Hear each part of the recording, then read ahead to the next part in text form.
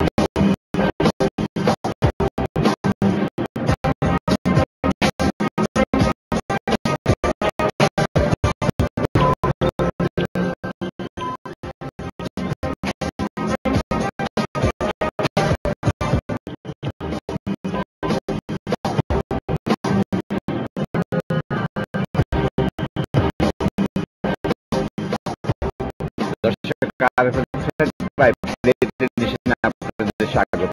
আপনাদের সাথে আছি আমি সাইফুল হুদা। লেট এডিশনের আজকের বিষয় বাংলাদেশ ভারত চুক্তি।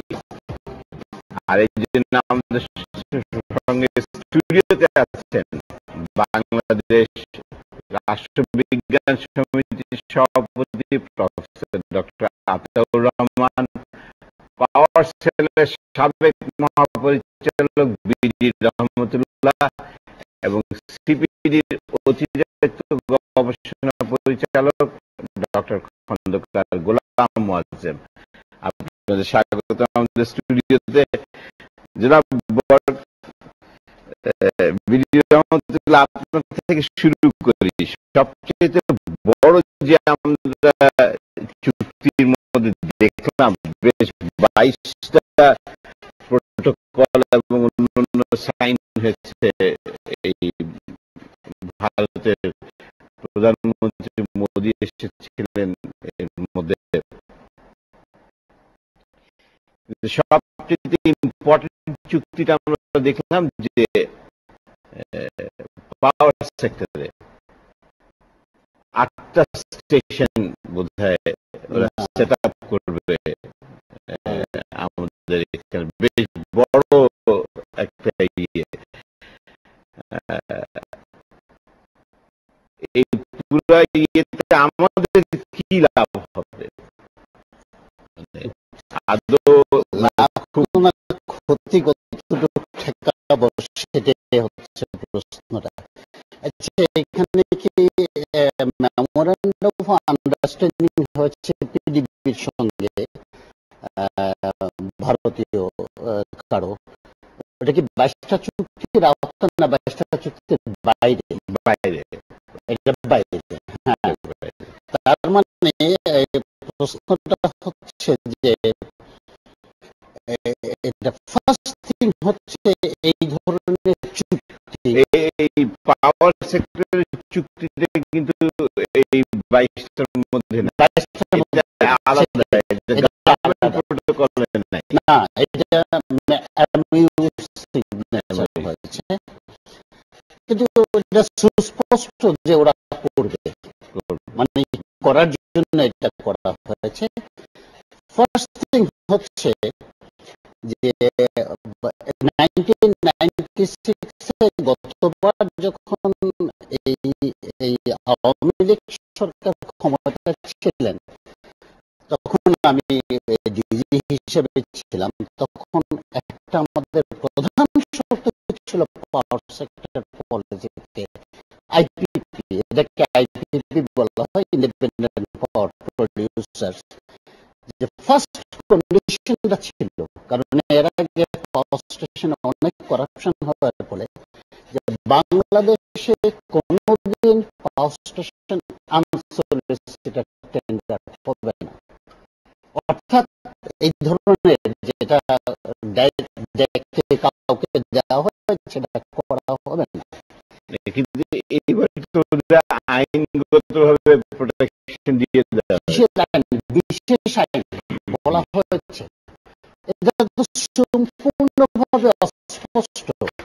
ঠিক একই কায়দা আমরা এখানে যে রেন্টাল এবং সাব পাওয়ার স্টেশনকে যেভাবে বসানো হয়েছে ইনডেমনিটি বিল এনে, সেটা কিন্তু আমরা সচেতন নাগরিককে এখানে প্রচন্ড প্রতিবাদ করেছি। সেটা অস্বচ্ছতা অস্পষ্টতায় ভরা।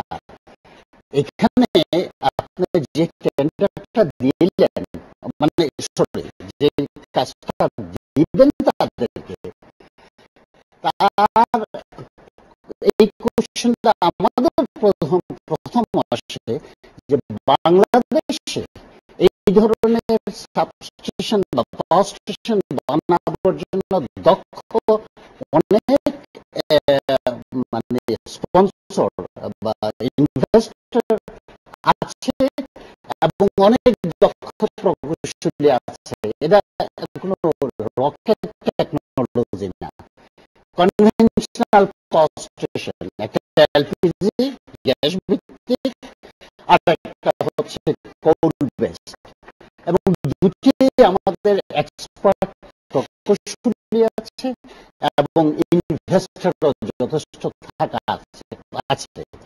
আচ্ছা, তারপরে ভারতকে দেওয়া হলো। এটা হচ্ছে ভারতকে দেওয়া না, আমার কাছে বিশ্লেষণ করলে মনে হয় ভারত নিয়েছে, দেওয়ার চেয়ে বেশি হচ্ছে ভারতে নিয়েছে। ঠিক একইভাবে আমি যখন ভুটানে নেপাল ট্রিপ করেছিলাম, ঠিক নেপাল এবং ভুটানের কিছু বলার ছিল না। ওইখানের পাওয়ার স্টেশন এবং সব কিছুই ভারত ঋণ দিত, ঋণের এগেনস্টে সুদ নিত, ওরা সাবস্টেশন সাপ্লাই করত, ওরা ঠিকাদার দিত, এবং ওরা ইভেন আমি এমন একটা পাওয়ার স্টেশন ভিজিট করছি ডিউরিং কনস্ট্রাকশন, ওদের বাবুর্চি পর্যন্ত ইন্ডিয়া থেকে দেওয়া হতো। সেখানে ভুটান এবং নেপালের কিছু বলার ছিল না। আমার কাছেও এই ঠিক এইবারের চুক্তিটা মনে হলো যে আমরা ভুটান এবং নেপালের মতোই যে প্রতিবাদ করার ভাষাটা বোধ নেই। এটা হচ্ছে একটা প্রশ্ন,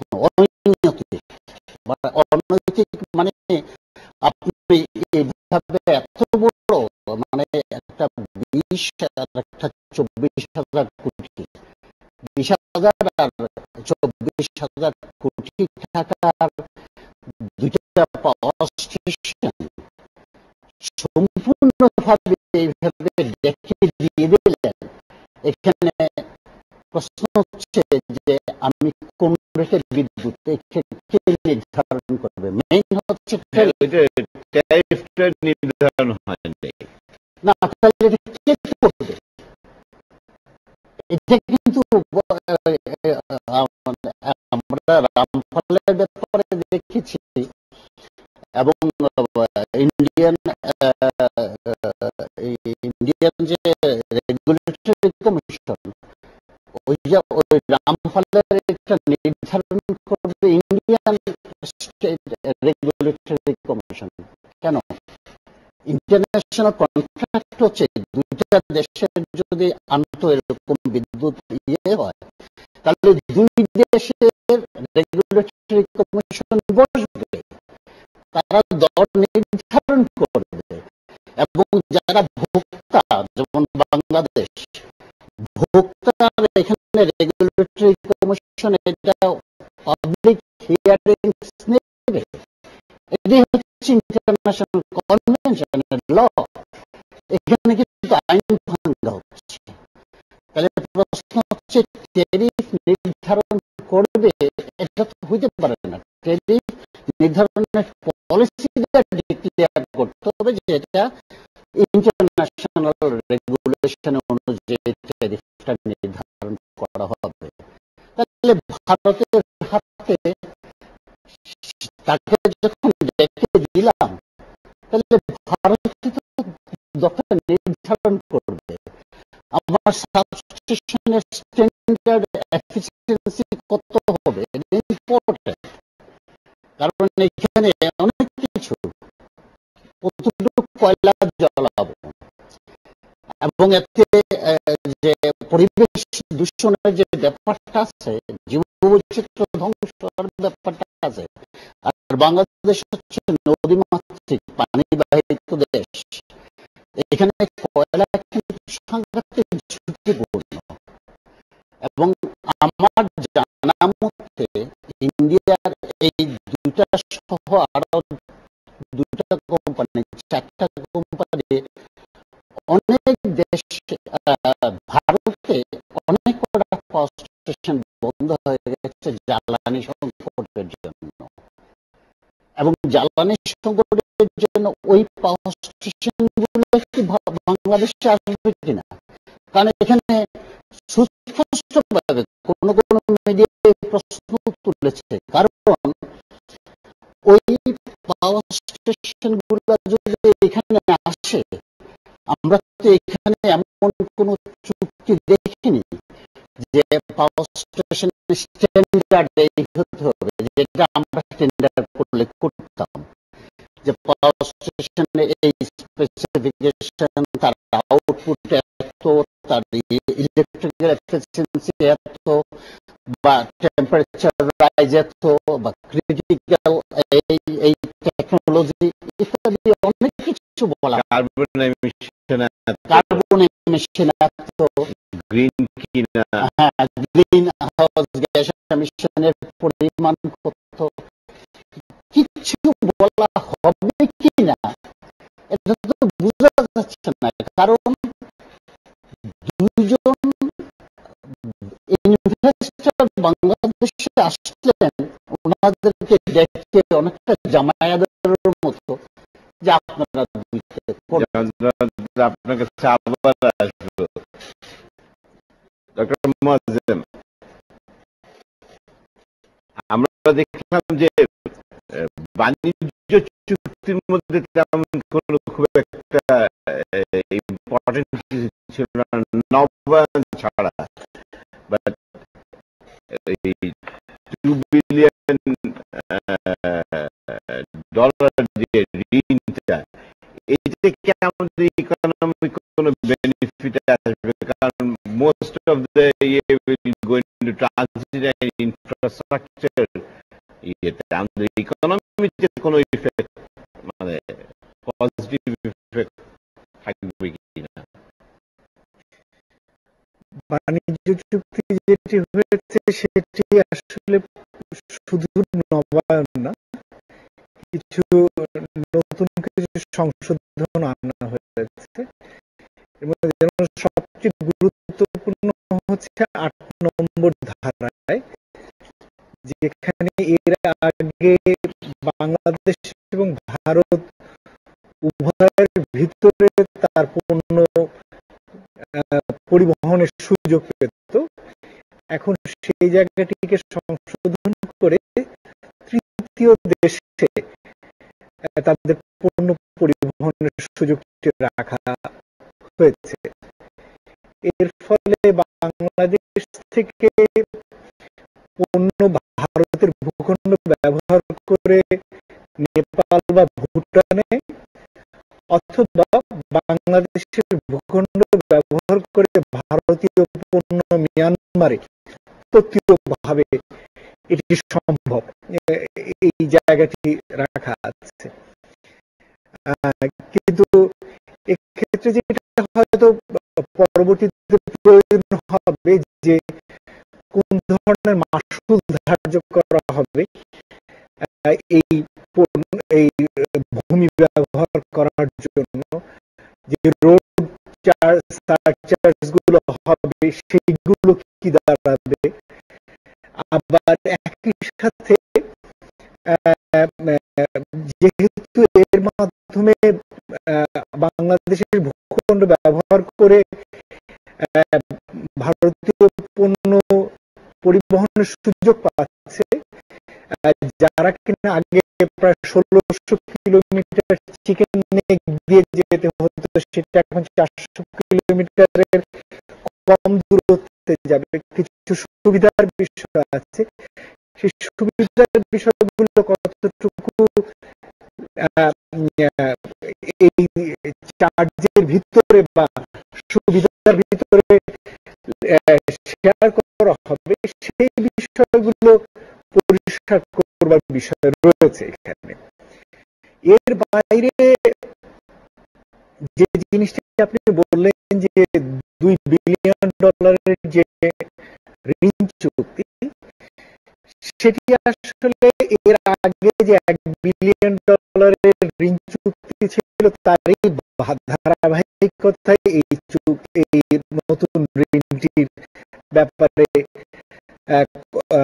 আলোচনা হয়েছে এবং একটি সিদ্ধান্ত হয়েছে। আগে যে $1 বিলিয়ন দেওয়া হয়েছিল, তার ভিতরে $200 মিলিয়ন পদ্মা সেতুর জন্য অনুদান হিসেবে গিয়েছে এবং বাকি $800 মিলিয়ন ভিতরে এ পর্যন্ত $348 মিলিয়ন মতো ব্যয় হয়েছে। শুরুর দিকে বেশ কিছু জটিলতা গিয়েছিল। এর মধ্যে একটি ছিল হলো যে আমরা কতটুকু পর্যন্ত ভারতীয় পণ্যই কিনতে হবে আমাদের এই ক্রেডিটের এগেইনস্টে। তো সে সময় এটি ছিল প্রায় 85%। পরে আলোচনার ভিত্তিতে এটি কমিয়ে 75 থেকে 65% করা হয়েছে। অর্থাৎ যে সমস্ত পণ্য ভারতের উৎপাদন ক্ষমতা রয়েছে এবং সেটি আন্তর্জাতিক মানে, সেগুলো হয়তো ভারত থেকে নিতে হবে। আমরা দেখেছি যে ওই $1 বিলিয়ন ভিতরে এখন পর্যন্ত 15টি প্রজেক্টের 7টির কাজ শেষ হয়েছে এবং এর অধিকাংশগুলোই আসলে প্রকিউরমেন্ট সংক্রান্ত। রেল খাতের বগি, ইঞ্জিন, ট্যাঙ্কার, এগুলো কেনার সাথে এগুলোর সম্পর্ক। কিন্তু কিছু অবকাঠামোগত কিছু প্রকল্প সেখানে রয়েছে, যেমন রেল সংস্কার, রাস্তা উন্নয়ন, ব্রিজ নির্মাণ, এগুলোর কাজগুলো বরঞ্চ সেই হিসেবে পিছিয়ে আছে। এবার যে $2 বিলিয়ন দেওয়া হয়েছে, আমরা দেখতে পাচ্ছি যে তার ভিতরে যে প্রকল্পগুলো আছে, এর ভিতরে একটি হলো মংলা থেকে খুলনা পর্যন্ত নতুন রেলপথ নির্মাণ এবং একই সাথে ড্রেজিং এর জন্য নতুন ড্রেজার দেয়া এবং আরো কিছু অবকাঠামো প্রকল্প প্লাস শিক্ষা স্বাস্থ্য সংক্রান্ত কিছু প্রকল্প রয়েছে সেখানে। এই বিষয়ে যেটি বলা যেতে পারে সেটি হলো যে সাধারণত আমরা যে ধরনের খাতে বিদেশ থেকে ঋণ পাই, যেমন যোগাযোগ খাতে বা অন্যান্য খাতে, সেই হিসেবে আমরা রেল খাতের সংস্কারের জন্য সেভাবে বাইরের অন্যান্য দাতাদের কাছে সেভাবে ঋণ পাই না। তো সেই দিক থেকে এই ঋণটি ব্যবহার করার সুযোগ আছে, যেহেতু ভারত এখানে রেল খাত উন্নয়নে দিচ্ছে। তবে এটিও ঠিক যে এই খাতের টাকাটি মূলত যেভাবে রেল খাত সংস্কার হচ্ছে, এতে মূলত বাংলাদেশ ভারত যে যোগাযোগ, সেখানেই মূলত ফোকাস রাখা হচ্ছে। আমি বিষয়টিকে দুভাবে দেখি। এর একটা হলো যে ভারতের মতো একটি বৃহৎ বাজারের সাথে যদি এই ধরনের একটি কানেক্টিভিটি বা নেটওয়ার্ক গড়ে ওঠে, সেটি খারাপ না। যদি এর মাধ্যমে যদি পণ্য পরিবহন সহজতর হয়, পণ্যের মূল্য কমে আসে, আমি বলবো যে সেটি খারাপ না।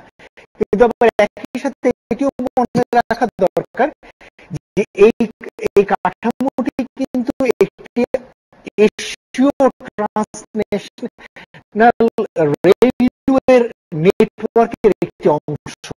সুতরাং বাকি যে অবকাঠামো রেল খাতে ডেভেলপ করা দরকার, সেগুলো যেন সরকারের নজরে থাকে এবং সেভাবে যেন নেওয়া হয়, সেদিকে নজর রাখা দরকার। আপনার কাছে আবার আসবো ডক্টর মাসুদ। ডক্টর আতাউর রহমান, আমরা হঠাৎ করে ইন্ডিয়ান পলিসিতে একটা বিরাট চেঞ্জ দেখলাম, অ্যাটিটিউড টুয়ার্ডস বাংলাদেশ। এটা কি হঠাৎ হলো, না ইজ ইট মোদির পলিসির একটা পার্ট? না, আমি মনে করি যে হ্যাঁ, প্রশ্নটা আপনি খুবই প্রাসঙ্গিক। কেননা আমরা হঠাৎ করে দেখছি যে এতগুলো চুক্তি, এবং এগুলো কিন্তু পাবলিক ভিউতে আগে আসছেও নেই এবং ডিসকাশন হয়নি।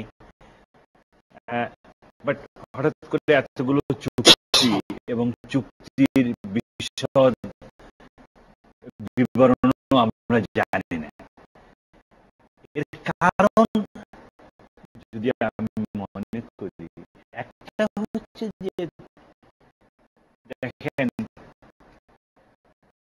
এটা ভারতের পক্ষে যে এইমস এন্ড অবজেক্টিভ, সেটাকেই পূরণ করছে।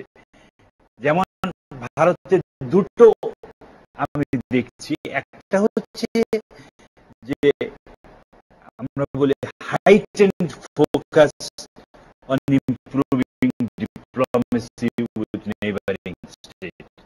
It's the first policy, first neighbor policy. We have to win the neighbors. সেটা একটা আমি মনে করি যে পাকিস্তান, না, এই নেইবার্স বলতে ওখানে পাকিস্তান আফগানিস্তান বাদ। নেইবার বলতে ভুটান, নেপাল,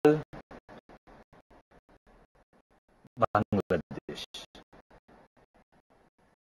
সিকিম তো আর বলার অপেক্ষা রাখে না। সুতরাং এটা হচ্ছে একটা। এবং এই নেইবারিং স্টেট গুলোকে ইন্টিগ্রেশন করা, এখন এটা economic integration or is part of regional integration or deeper integration, সেটা তো আমরা প্রসেস দেখছি। আরেকটা যেটা, সেটাই কিন্তু আমার কাছে মনে হচ্ছে যে প্রণিধানযোগ্য, সেটা হচ্ছে যে অর্থনীতিকে বা অর্থনৈতিক সম্পর্ককে কৌশলগত ভাবে কিভাবে ব্যবহার করে একটা দেশকে ডিপ্লোম্যাটিক্যালি ওর আওতার মধ্যে আনা যায়। আমি কিন্তু এটাকে দেখছি, এটা নিউ, আমরা বলি ডিপ্লোম্যাটিক টুল কিট।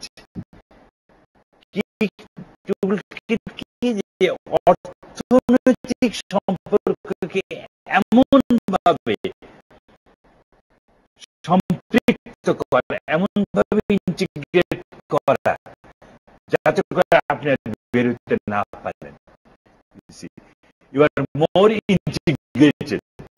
আমি বলছি যে হ্যাঁ, আপনাকে একসঙ্গে চলতে হবে। যেমন পাওয়ার সেক্টর, পাওয়ার সেক্টর কি, you are tied with electric power of India, electric grid with India। এমন ভাবে আপনাকে ট্যাপ করে দিল বা টাইট করে দিল যে আপনি এখান থেকে বেরোতে পারবেন না। অথবা আপনি বাংলাদেশে হিউজ পাওয়ার নিডস আসছে। বাংলাদেশের অর্থনীতি যত প্রবৃদ্ধি বাড়বে ততই তো যোগান দিতে হবে power. Power is the main basis. যদি তাই হয় তাহলে এই যে 5.5 বিলিয়ন ইনভেস্টমেন্ট হচ্ছে আনসলিসিটেড, এটা কিন্তু মানে আমি কোন দেশে আজ পর্যন্ত দেখিনি। আনসলিসিটেড রাশিয়া হতে পারে, কিন্তু কোন মানে ট্রান্সপারেন্স গভর্নমেন্টে এভাবে হঠাৎ করে আমরাও জানি না যে দুটো কোম্পানিকে দিয়ে দেওয়া হবে। It must have a competition. এটা আমাদের আইনেও সেটা, কিন্তু এটা বিশেষ কারণ আমরা বুঝতে পারছি যে ওইখানে আমি বলতেছি স্ট্র্যাটেজিক ইউজ। এইখানে যে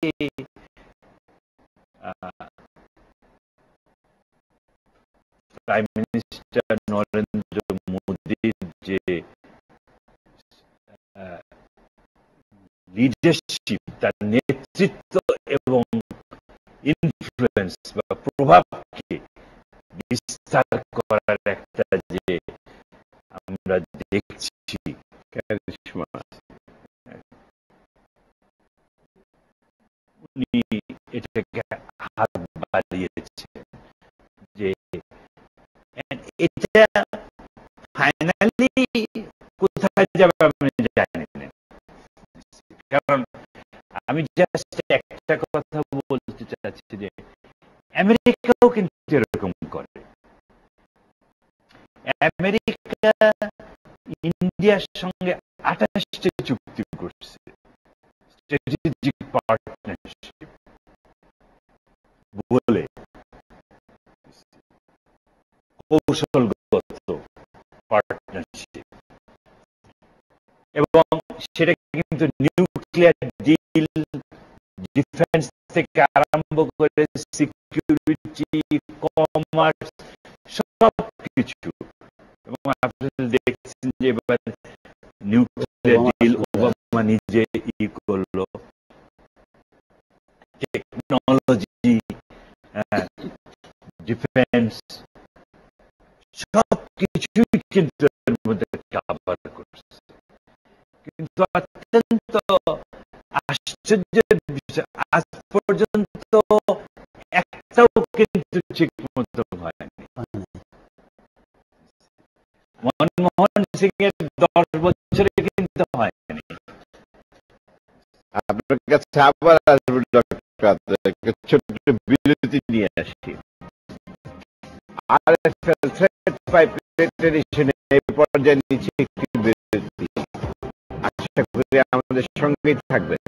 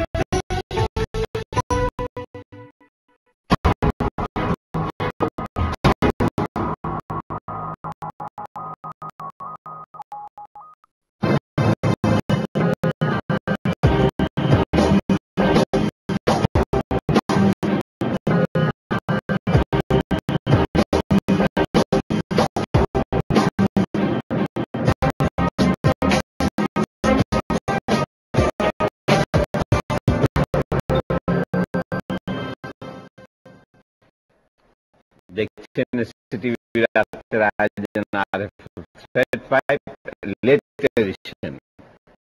লেট এডিশন আজকের বিষয় বাংলাদেশ ভারত চুক্তি।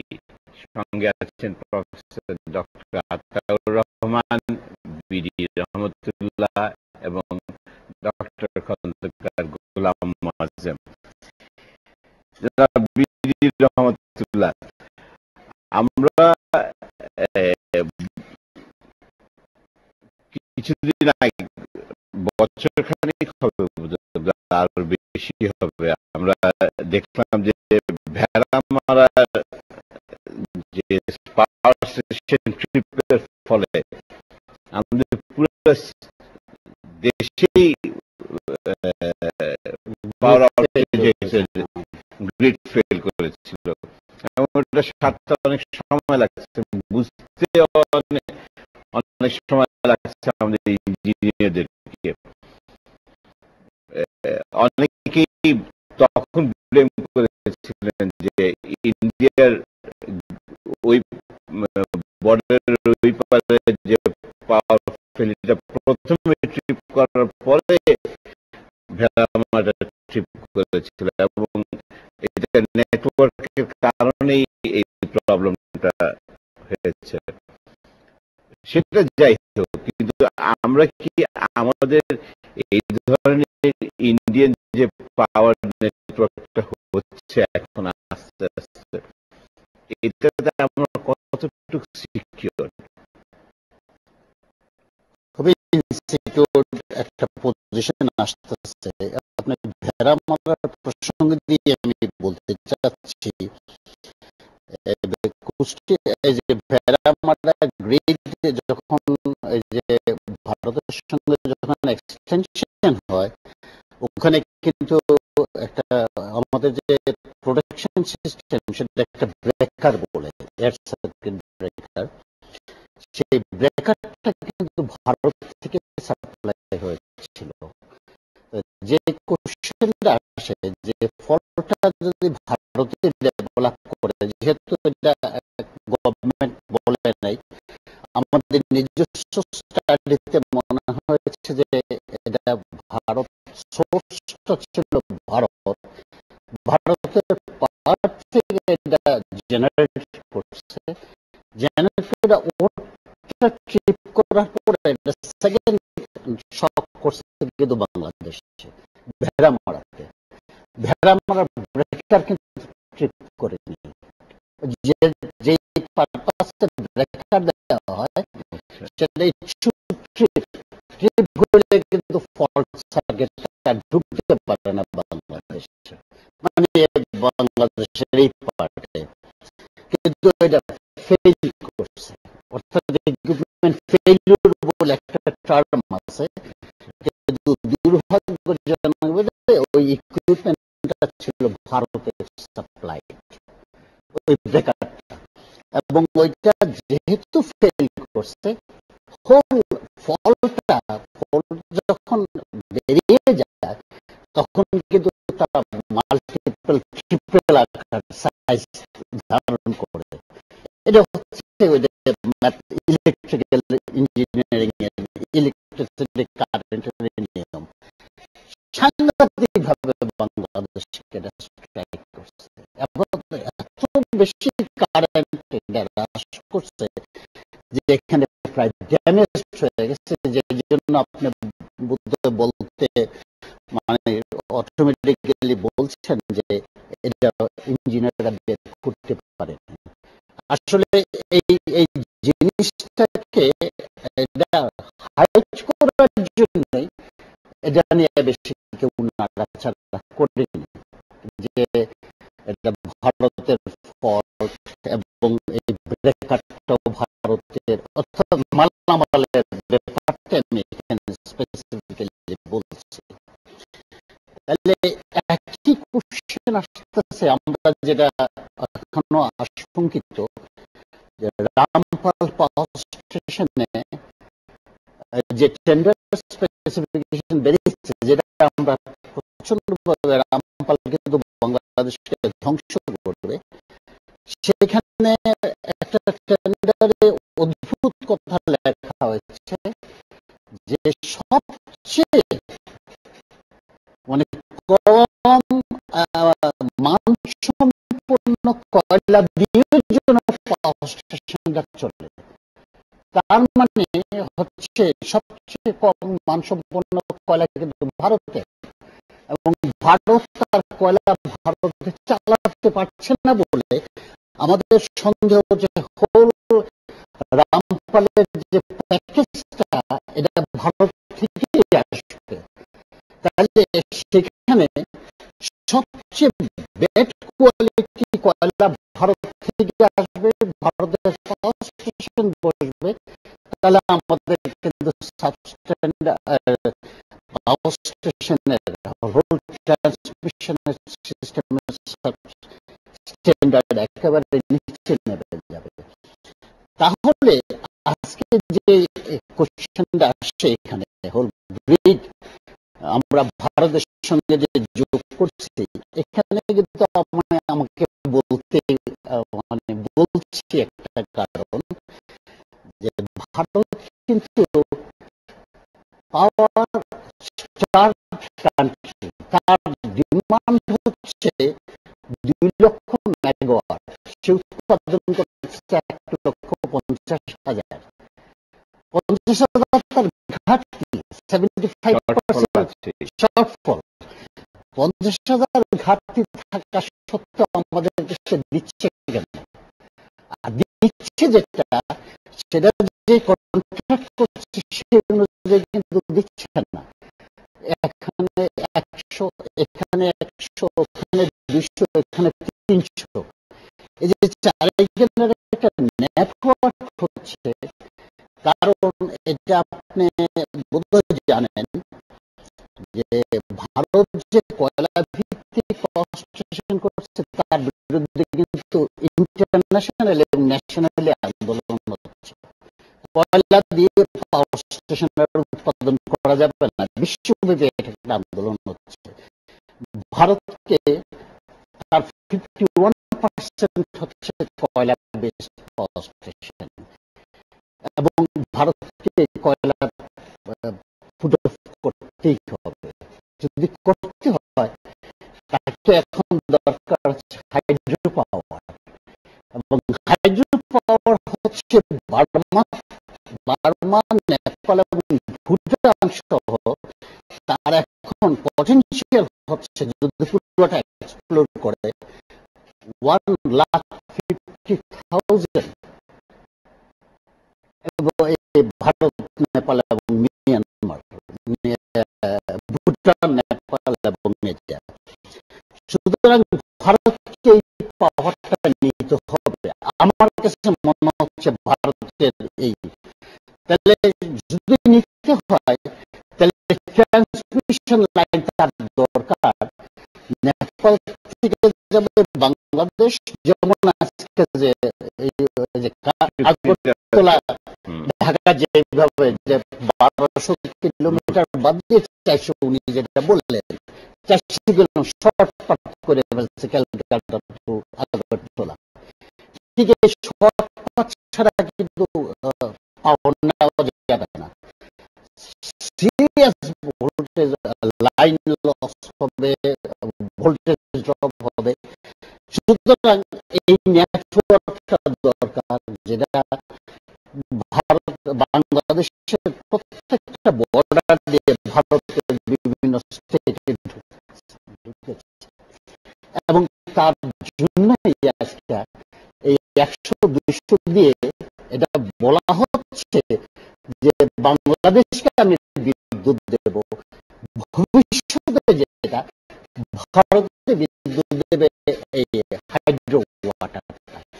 এইটা একটা টার্মিনোলজি, এবং যার জন্য আজকে আমাদের জন্য এটা খুবই রিস্কি হয়ে যাবে টেম্পোরারি, কিন্তু একবার বেসিক স্ট্রাকচার হয়ে গেলে it will be in the long run long run very useful, very regional power regional power না, এটা হচ্ছে ইন্ডিয়ান সেটার পাওয়ারের জন্য we will be feeding India. Doctor Moazzem, এই চুক্তিগুলির মধ্যে খুব একটা ইম্পর্টেন্ট ইয়ে ছিল যেটা আমরা এখনো ক্লিয়ারলি বুঝি না, এটা আপনি একটু আলোকপাত করতেন না আমাদের। ব্লু ইকোনমি অ্যান্ড মেরিটাইম সহযোগিতা। এই ব্লু ইকোনমি বলতে আমরা, ব্লু ইকোনমি একটা চুক্তি হয়েছে মহাসাগর, মানে আমাদের বে অফ বেঙ্গলে রিসার্চ এবং আরো অনেক কিছু এর মধ্যে জড়িত। ইকোনমিটা কোথায়, আমাদের ইকোনমিক অ্যাক্টিভিটিতে কি হবে? মানে বঙ্গোপসাগর এবং ভারত মহাসাগর কেন্দ্রিক যে অঞ্চলটি, এই অঞ্চলে এক হচ্ছে সামুদ্রিক বিভিন্ন রকমের খনিজ সম্পদ বা মৎস্য সম্পদ এবং গ্যাস বা তেল, এগুলোর এক ধরনের সম্ভাব্যতা আছে এবং সেটা আমরা জানি এবং সেটিকে ব্যবহার করার বিভিন্ন রকমের উদ্যোগ চলছে। সেটি আবার একই সাথে এই রুটটি দিয়ে এখন পর্যন্ত যেভাবে পণ্যবাহী যে সমস্ত জাহাজ চলাচল করে, সেগুলো এখনো আসলে বড় বড় পোর্টগুলোকে লিঙ্ক করে, কিন্তু ছোট ছোট যে সমস্ত লিঙ্কিং পয়েন্টগুলো আছে ভারতের বিভিন্ন ছোট ছোট পোর্ট এবং একই সাথে বাংলাদেশ এবং মিয়ানমার, এই লিঙ্কগুলো এখনো আসলে তৈরি হয়নি। মোট কথা হলো যে এই বঙ্গোপসাগর এবং ভারত মহাসাগর কেন্দ্রিক যে অঞ্চলটিতে, সেটিতে এই অর্থনৈতিক বিভিন্ন কর্মকাণ্ড বিস্তারের সুযোগ রয়েছে, ইনক্লুডিং পর্যটন। এখানে এটা হলো একটি দিক। আর একটি হলো এর আরেকটি ভূ রাজনৈতিক প্রেক্ষাপট রয়েছে, সেটি আমরা জানি। ভারত এবং বাংলাদেশ একই সাথে ভারত মহাসাগরীয় অঞ্চলের অন্যান্য দেশগুলো IORA, ইন্ডিয়ান ওশান রিম অ্যাসোসিয়েশনের সদস্য। আমরা এটি একটি আইনগত সংস্থা যেটির সদস্য বাংলাদেশ এবং অন্যান্যরা। এতদিন পর্যন্ত এই সংস্থাটি অতটা বিস্তৃতভাবে বা সক্রিয় ছিল না। ধীরে ধীরে এই সংস্থাটি সক্রিয় হচ্ছে। এর একদিকে যেমন বাংলাদেশ বা ভারত রয়েছে, এর সাথে আর এক প্রান্তে দক্ষিণ আফ্রিকা রয়েছে এবং অন্যদিকে অস্ট্রেলিয়া বা ইন্দোনেশিয়াও রয়েছে।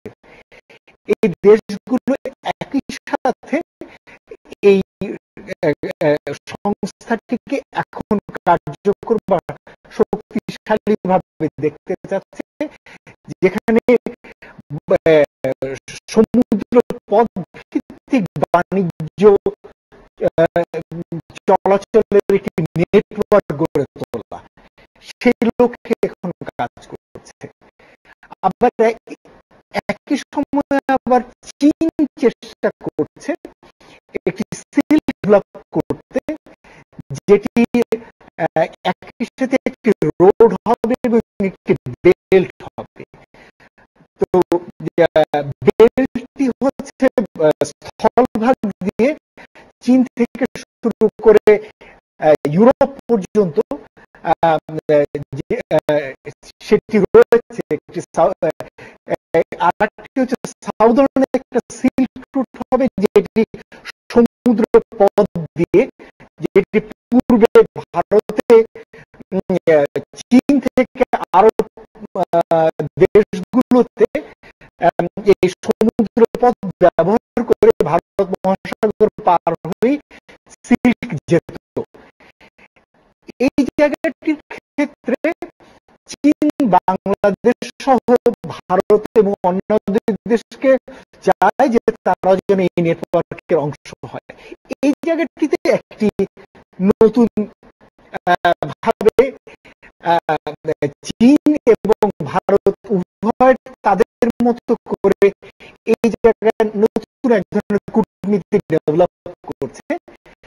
আমাদের জন্য যেটি বলবো যে সমস্যারও আবার সমাধানেরও সম্ভাবনারও, সেটি হলো যে বাংলাদেশ আসলে এই দুটো শক্তির যে চেষ্টা, একটি হলো ইন্ডিয়ান মশনারি অ্যাসোসিয়েশন অথবা সিল্ক বেল্ট যেটি হবে, তার কোনটির সাথে বাংলাদেশ কিভাবে যুক্ত হবে সেটি আমার মনে হয় আমাদের জন্য একটি অর্থনৈতিক ভাবে দেখাটাই এই যৌক্তিক। যদিও এই মুহূর্তে উদ্যোগটি শুরু হয়েছে ভারতের পক্ষ থেকে, তবে এটি ঠিক যে আগামীতে এটির সাথে হয়তো চীনও অন্যভাবে এই পথটির সাথে যুক্ত হবে।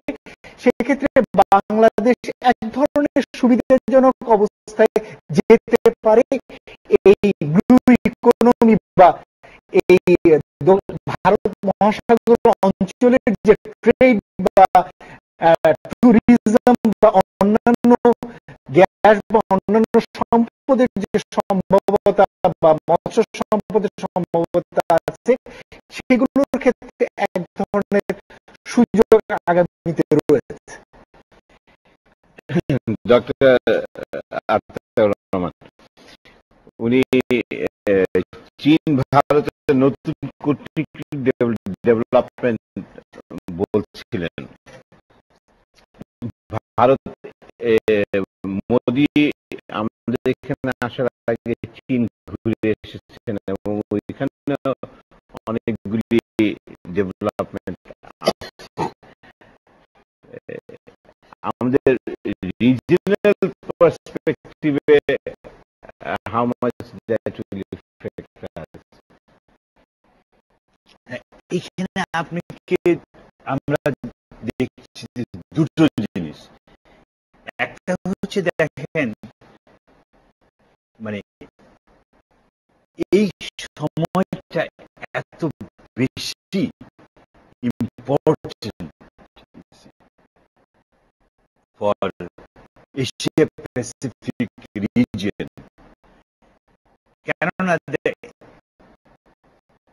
এক সময় আমরা দেখছি চায়না কিভাবে আসছে, আরেকটা হচ্ছে ইন্ডিয়া রাইজিং, আমেরিকাও ইন্টারেস্ট খুব বেশি। তারাও চাচ্ছে যে এই সম্পর্কটা যদি আমরা এশিয়া প্যাসিফিক যে rising power, not only rising power, মানে whole world gravity now moves to this region. সুতরাং এখানে বাংলাদেশের মতো দেশ অলসো ভেরি ইম্পর্টেন্ট। প্রত্যেকটারই একটা ভ্যালু আছে। এই ক্ষেত্রে দেখেন আজকে যে প্রবলেমটা আমাদের হয়েছে, সবাই কিন্তু চাচ্ছে যে লিডারশিপ, ইনফ্লুয়েন্স, তার সঙ্গে কি চাচ্ছে, কানেক্টিভিটি চাচ্ছে, তার সঙ্গে কি চাচ্ছে, ট্রানজিট চাচ্ছে, তার সঙ্গে কি চাচ্ছে, যে পাওয়ার চাচ্ছে, কারণ power is also very important. তারপরে ব্লু ইকোনমি চাচ্ছে, because we have big ocean, দুটো ওশন এখানে। এগুলো যে কম্পিটিটিভ, এখানে বাংলাদেশ দেশের প্রবলেম হচ্ছে যে ইন্ডিয়া বুঝতে পারছে যে বাংলাদেশ যে ক্যাপাসিটি এটা বেশি মুভ করতে পারবে না। সেজন্য নরেন্দ্র মোদী বলেই দিচ্ছে আমাদের সাথে চলো, তোমাদের সঙ্গে নিয়ে যাব, বাট আমরা আগে বড় হই, তারপর তুমি ছোট ছোট করে পিছনে পিছনে আসো। কতটুকু বাবা জানি না, বাট এইখানে ভুল বাংলাদেশের সিদ্ধান্ত হবে যদি শুধু ইন্ডিয়ার পক্ষে যায়। এইখানে যে চায়না যে জিনিসটা আনছে, one belt one road strategy, তারা কিন্তু এই জিনিসগুলো আগে বলে দিচ্ছে, তারা এগুলো আগে ফ্লোট করছে। তাদের চিন্তা ধারণা, বিকজ তারা তো more as a trading nation, strategic nation, তারা কিন্তু বুঝতে পারছে যে তাদের গুডস ফ্লো করতে হবে।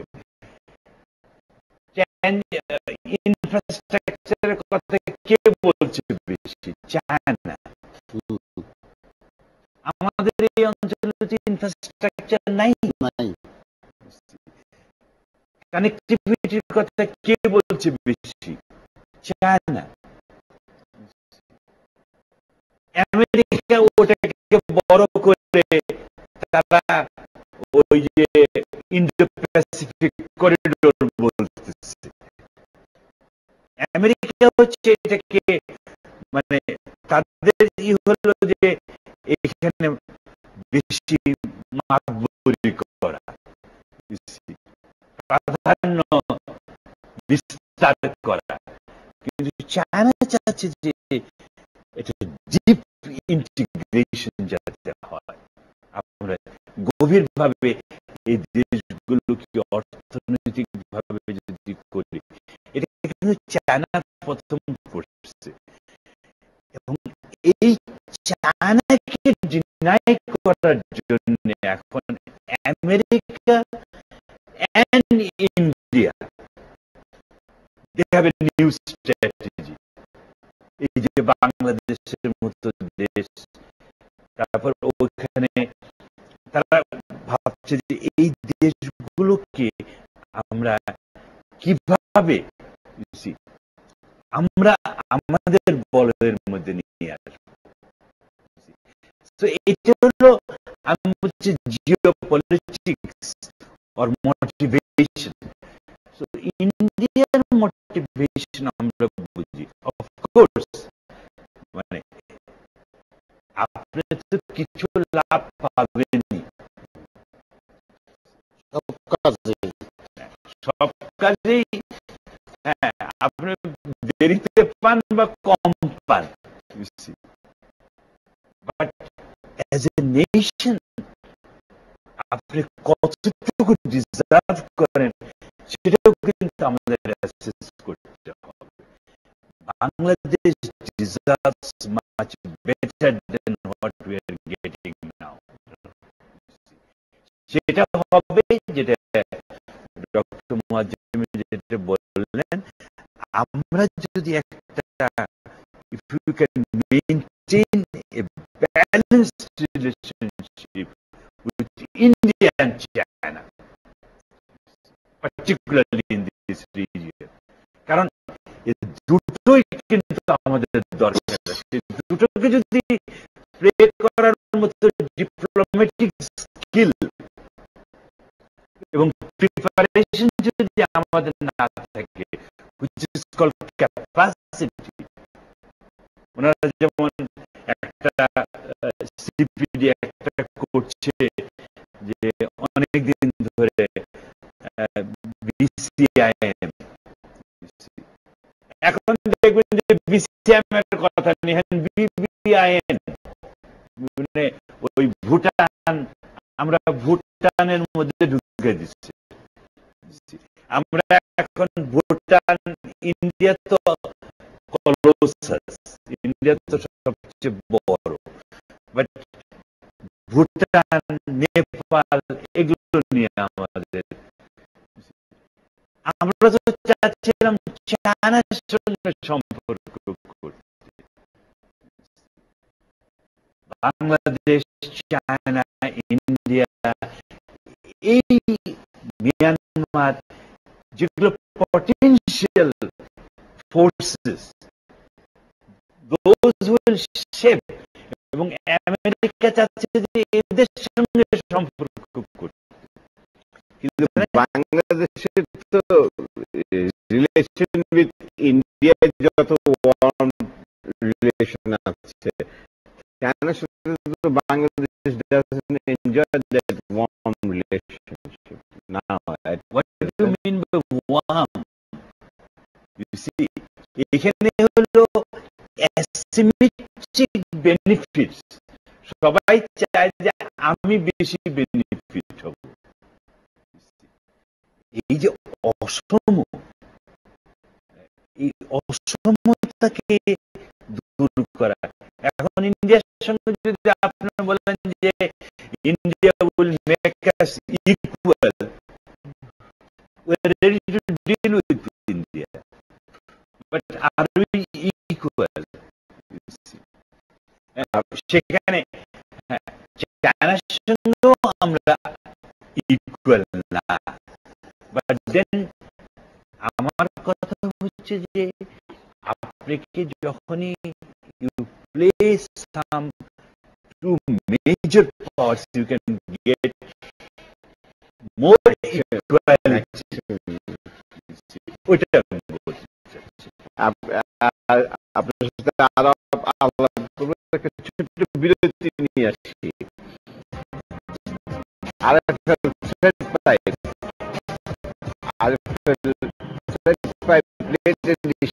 এই পর্যায়ে নিচ্ছে আরেকটি বিরতি। আমাদের সঙ্গেই থাকবো।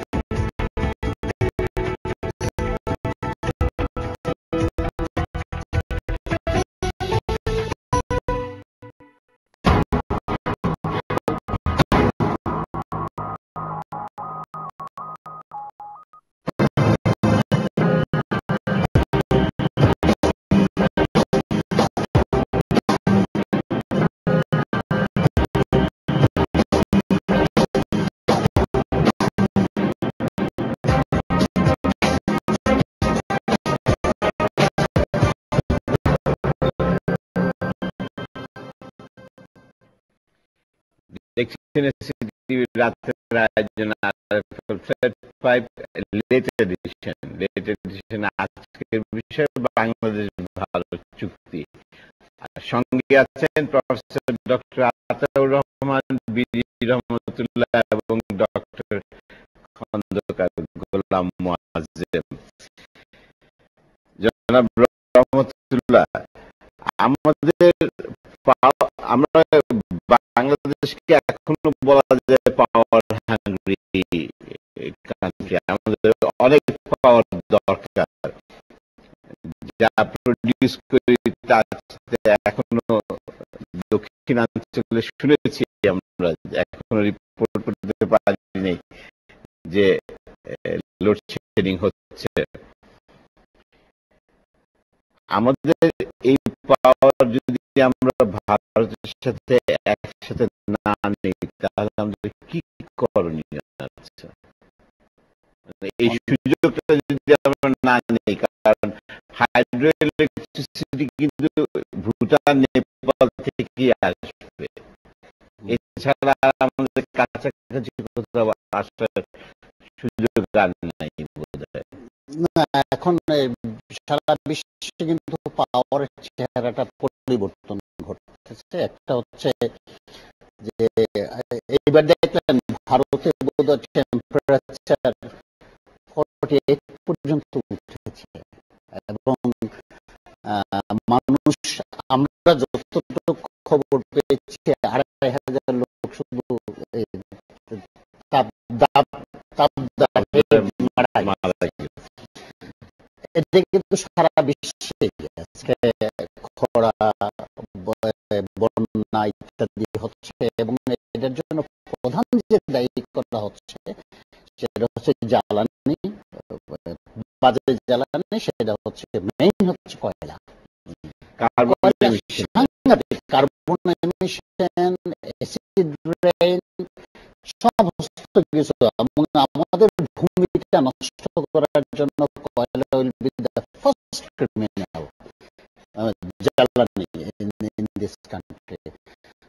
ইন্ডিয়া কিন্তু কয়লা থেকে শিফট, চায়না কয়লা থেকে শিফট করতে চাচ্ছে।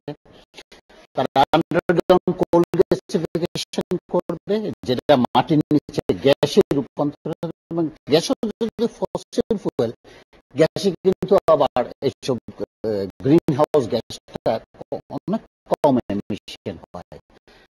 গ্যাস ছাড়া ভারত যেটা করতেছে, ভারত কিন্তু এখন নবায়নযোগ্য জ্বালানি 38,000 মেগাওয়াট তৈরি করতেছে, পানি থেকে তৈরি করে, আরে বাতাস থেকে তৈরি করতেছে 18,000 মেগাওয়াট।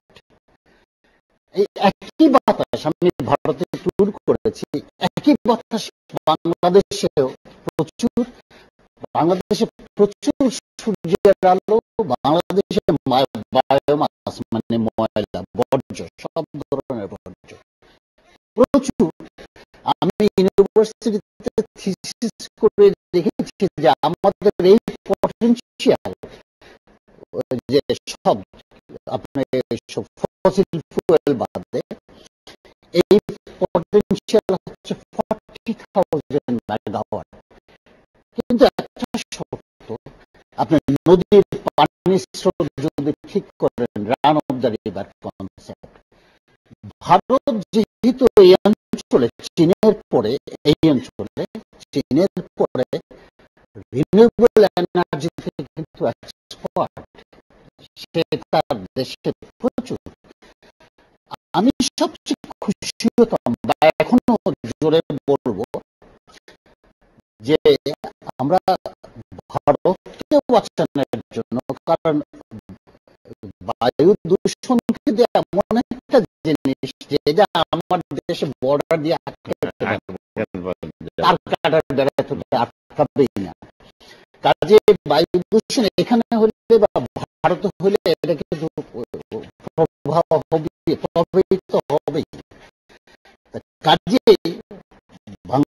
ভারতের তার নিজের স্বার্থে এবং আমাদের স্বার্থে যেটা দরকার ছিল, যে আমরা জল এবং বিদ্যুৎ এটাকে চিন্তা করি, সূর্যের এখানে বসাই, ভারত আমাদের সঙ্গে আসতো, আমরা সূর্যের উপর যে প্রচুর মেগাওয়াট তৈরি করা যাবে, 10,000 মেগাওয়াট বাতাস থেকে।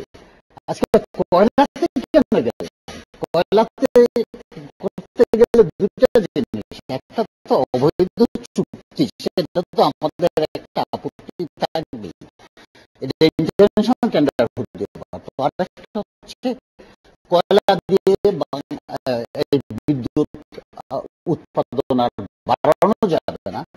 আমার সন্দেহ হচ্ছে যে ভারতে কোপেনহেগেন 2010 কোপেনহেগেন যে সামিট কনফারেন্স হলো, এখানে ভারত এবং চায়নাকে সাংঘাতিকভাবে নিন্দা করা হয়েছে, যে কয়লা ভিত্তিক পাওয়ার স্টেশন করে সারা বিশ্বকে দূষিত করার জন্য দে আর অলসো রেসপন্সিবল, আমেরিকা এবং অস্ট্রেলিয়ার মতো।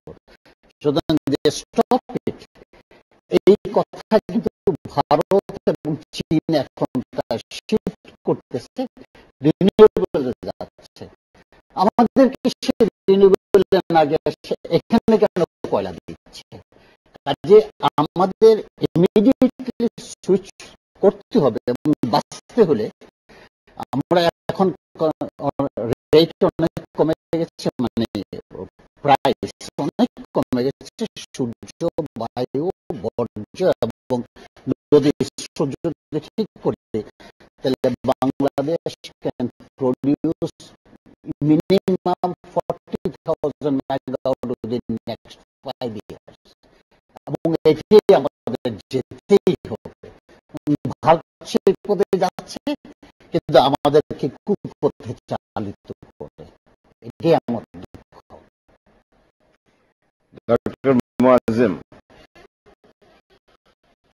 আমরা দেখলাম যে এই যে আপনি সমুদ্র ভিত্তিক রুটের কথা বললেন, আমাদের এই চুক্তি যেগুলি হয়েছে মোদি আসার সময় আমরা দেখেছি যে চুক্তিগুলির মধ্যে সবচেয়ে বেশি মংলা পোর্টকে খুব বেশি প্রাধান্য দেওয়া হয়েছে।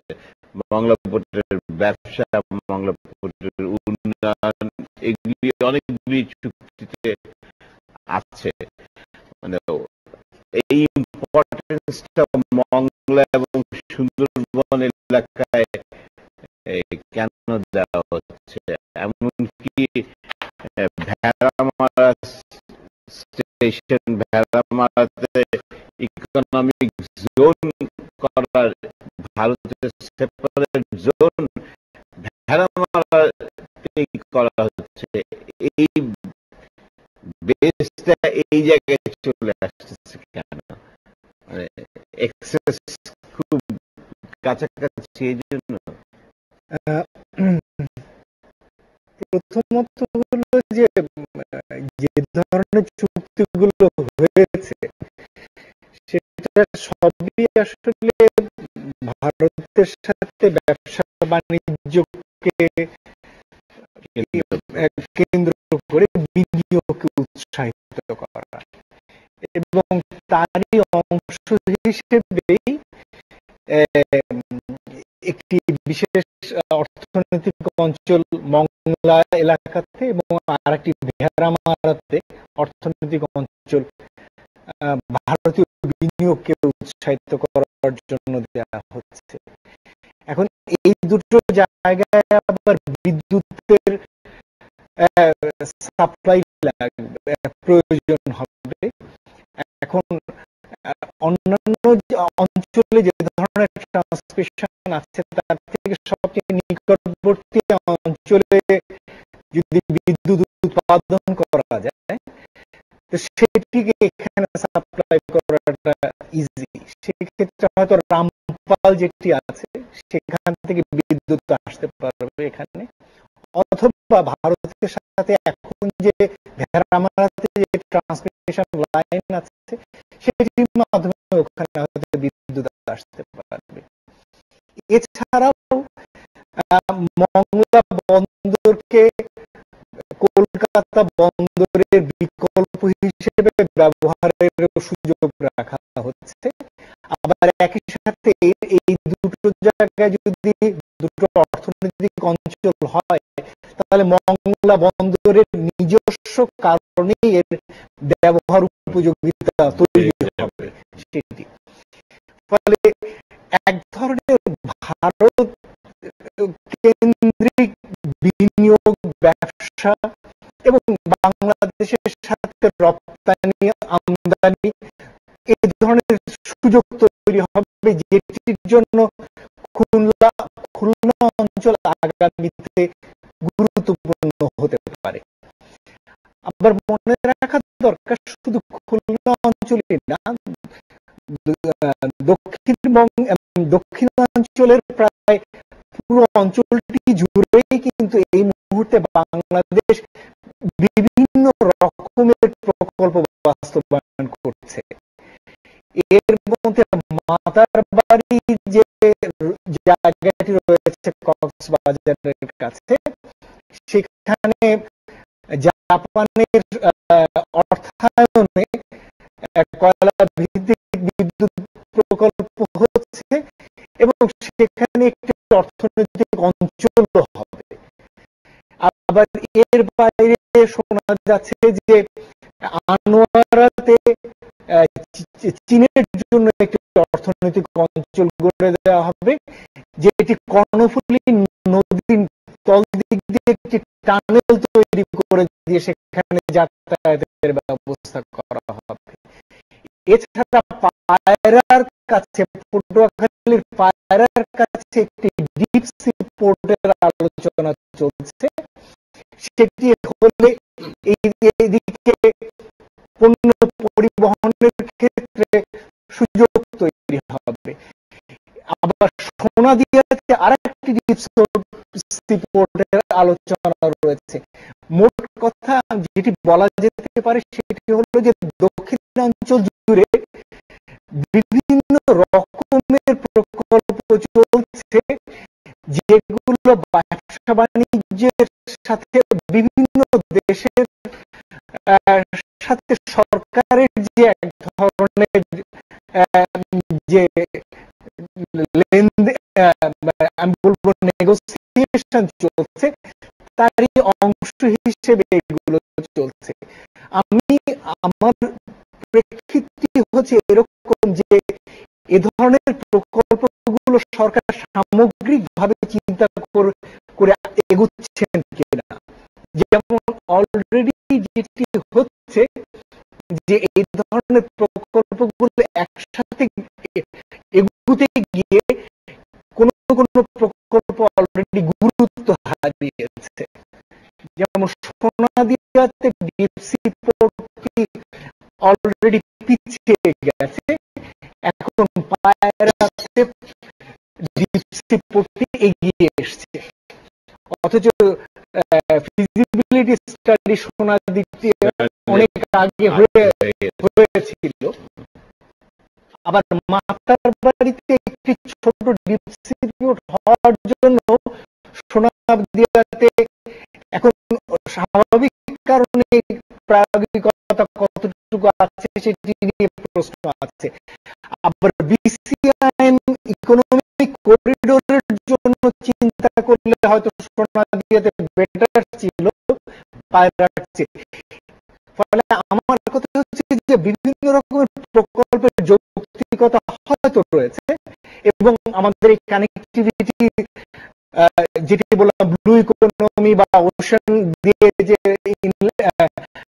নতুন ভাবে পণ্য যাতায়াত বা পণ্য করার জন্য করা হচ্ছে, কিন্তু সামগ্রিকভাবে সরকারের উচিত হবে এই সবগুলো প্রকল্প থেকে সরকার যেন সামগ্রিক বেনিফিট পান এবং একই সাথে ভারতের সাথে যে এরকম ভাবে চুক্তিগুলো হচ্ছে অন্যান্য যে সমস্ত গুরুত্বপূর্ণ ট্রেড পার্টনার বাংলাদেশের রয়েছে তাদের সাথেকার প্রকল্পগুলো যেন ধারাবাহিকভাবে ধীরে ধীরে সরকার যেন বাস্তবায়নের উদ্যোগ নেয়।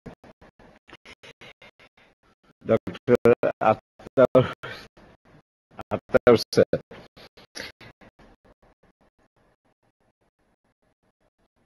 আমরা এই স্থল চুক্তি যেটা করলাম, মানে এনক্লেভ বিনিময়, ওই অঞ্চলের মানুষের ভাগ্য কি আসলে পরিবর্তন হয়ে যাবে? খুব বেশি মানুষ না, তারপরেও এটা তো ধরেন খুবই একটা মানে অর্ডিনারি কোশ্চেন। এটা একটা খুব একটা বৃহৎ 50,000 লোকের ভাগ্য পরিবর্তন করা তো একটা খুব বড় ব্যাপার না। প্লাস বাংলাদেশের এই সমস্ত সাধারণ কৃষক কতটুকুই ভাগ্য পরিবর্তন করবে? রাষ্ট্র কতটুকু উঠাতে পারে। আমরা চাচ্ছি যে পয়েন্টটা ডক্টর গোলাম মোয়াজ্জেম বলছেন এবং উনি বলছেন,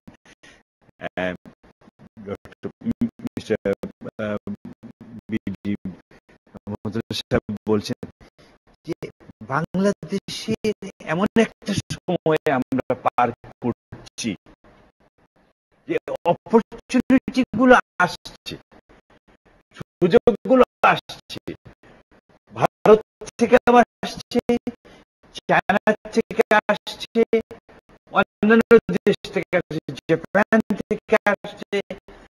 এখন প্রায়োরিটিতে কে ঠিক করবে, সমন্বয়টা কিভাবে করবে, ক্যাপাসিটি ইউজ কিভাবে করা হবে, সেটা কিন্তু মূল। এই ল্যান্ড বাউন্ডারি করে আমাদেরকে it is important, it's an old thing, but it has been settled, that's it. এটা নিয়ে বড় কিছু না, এটা দেখিয়ে অন্য কিছু করার মানে যারা করবে তারা আমাদের সত্যিকার কতটুকু চাচ্ছে যে ডেভেলপ করতে, ওটাও সন্দেহ, ওটা বড় কথা না। বাংলাদেশ আজকে দেখেন নরেন্দ্র মোদীও প্রশংসা তো করলো, করতে হয়েছে, বিকজ আমরা কিছুটা উঠছি জন্যই তো এত কিছু। সুতরাং আমরা বলি যে আমাদের যে neighbourhood, extended neighbourhood, not only India, Bhutan and নেপালই আমাদের নেইবারহুড না, আমাদের এক্সটেন্ডেড নেইবারহুড কিন্তু চায়না, আমাদের এক্সটেন্ডেড নেইবারহুড হচ্ছে মালয়েশিয়া, ইন্দোনেশিয়া, সিঙ্গাপুর, সবকিছুই। এখন প্লাস আমাদের যে মূল শক্তি, টাকা পয়সা গুলো আসছে করতে গিয়ে ওয়েস্টার্ন কান্ট্রি থেকে, ইউ, আমেরিকা, এবং আমাদের যে অসংখ্য রেমিটেন্সটা আসছে 14 billion from other countries, not necessarily. So Bangladesh কিন্তু একটা big hub it could be. আমি ওইভাবে দেখি, এখানে আমাদের জনগোষ্ঠীর যে উন্নয়ন যদি করতে হয়, আমাদের এখন শুধু ভারত কেন্দ্রিক অথবা অন্য কোন চায়না কেন্দ্রিক ওটা আমরা বলছি না। ভারত প্রতিবেশী হিসাবে এবং প্রক্সিমেট, একদম নিকটতম প্রতিবেশী হিসাবে তার যতটুকু প্রাপ্য, আমাদের চাওয়ার সঙ্গে সেটা হবে। ভারতের চাওয়া প্রথম হবে, এটা আমি কোনো সময় চিন্তা করতে পারি না। জাতীয় স্বার্থ এখানে আমাদের সবচেয়ে ইম্পর্টেন্ট, যে how will define our national interest one. আরেকটা কথা হলো, যে কথাটা পাওয়ার সেক্টর থেকে আসছে বা কানেক্টিভিটি থেকে আসছে, যে ক্ষুদ্র গোষ্ঠী স্বার্থ, ওটার চেয়ে বড় হলো জনগণের স্বার্থ। আজকে শুধু বিজনেস গ্রুপকে উপকৃত হবে একটা রাষ্ট্রীয় কাঠামো থেকে, সেটা কিন্তু বড় কথা না। আমাদের এই যে 17 কোটি লোকের যে দেশ, সেটাকে উপরে উঠতে হবে। সুতরাং আজকের যে চ্যালেঞ্জ, আমি মনে করি যে আমাদের যে নেইবারহুড, তাদের সঙ্গে যেরকম আমাদের একটা সম্পৃক্ততা রাখতে হবে, সম্পর্ক রাখতে হবে, এক্সটেন্ডেড নেইবারহুড সুযোগগুলো নিতে হবে, সেই সঙ্গে আমাদের সক্রিয়তা, আমাদের রাজনীতি, আমাদের সিকিউরিটি এবং আমাদের অর্থনীতি, এই সামগ্রিক বিবেচনায় কিন্তু একটা ইন্টিগ্রেটেড চিন্তা ভাবনার মধ্য দিয়ে বিকশিত হতে হবে। তো নরেন্দ্র মোদী যেটা বলেছে যে বিকাশ শুধু ভারতের বিকাশই একমাত্র বিকাশ না, আমাদের বিকাশের সঙ্গেও ভারত সম্পৃক্ত হতে হবে। ডিপ্লোম্যাটিক্যালি বাংলাদেশ কতটুকু ভালোভাবে হ্যান্ডেল করতে পেরেছে এই ভিজিটটা? আমি তো মনে করি ডিপ্লোম্যাটিক্যালি বাংলাদেশ খুব ভালোভাবে হ্যান্ডেল করতে পারেনি। কেননা প্রথম হচ্ছে যে দেখেন, ফরেন মিনিস্ট্রি কিন্তু অনেকটাই যে সমস্ত কথা বললো তারা যেমন প্রিপেয়ার, আমার কাছে মনে হচ্ছে যে ফরেন মিনিস্ট্রি এই যে ইগুলো, এটা তো জনগণের সঙ্গে শেয়ারই করতে পারেনি এতগুলো এগ্রিমেন্ট। ওয়ান, দুই নাম্বার হচ্ছে তারা কিন্তু ব্রিফিং আগে দেয় নাই, এবং আমি জানি না কিভাবে, হয়তো একটা পর্যায়ে তো এই এগ্রিমেন্ট গুলো কোথাও না কোথাও কনসিপ্ট করা হচ্ছে এবং কোথাও না কোথাও এগুলো ঠিক করা হয়েছে। সুতরাং কিন্তু জনগণ, আমি বলতে পারি, কারণ আজকে বাংলাদেশ দরকার ছিল, জনগণ যদি শেয়ার করতে না পারে, শুধু গোষ্ঠী স্বার্থ, আমি কথাটা বারবার বলছি, শুধু বিজনেস ক্লাস বা একটা পার্টিকুলার ক্লাস, এটা কিন্তু বাংলাদেশকে বেশি দূরে এগোতে পারবে না, এবং এগুলো সাস্টেইনেবল হবে না। আমরা যে কথাটা বারবার বলি যে অর্থনীতি যদি সাস্টেইনেবল গতিতে চলতে হয়, তাহলে কিন্তু সামগ্রিক অর্থে একটা শেয়ারিং কনসেপ্ট থাকতে হবে।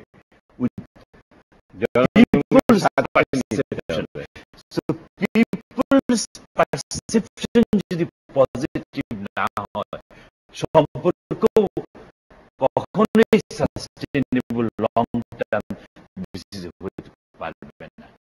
এটাই আমার ধারণা। ডক্টর আতিউর রহমান, রহমতুল্লাহ, জনাব ডক্টর মুআজ্জেম, আপনাদের তিনজনকে অনেক অনেক ধন্যবাদ আমাদের স্টুডিওতে আসার জন্য। দর্শক জানিয়ে রাখি, লেট এডিশন পুনঃপ্রচার হয় সকাল 9টায়। আজ এ পর্যন্তই। টিভির সঙ্গে থাকুন।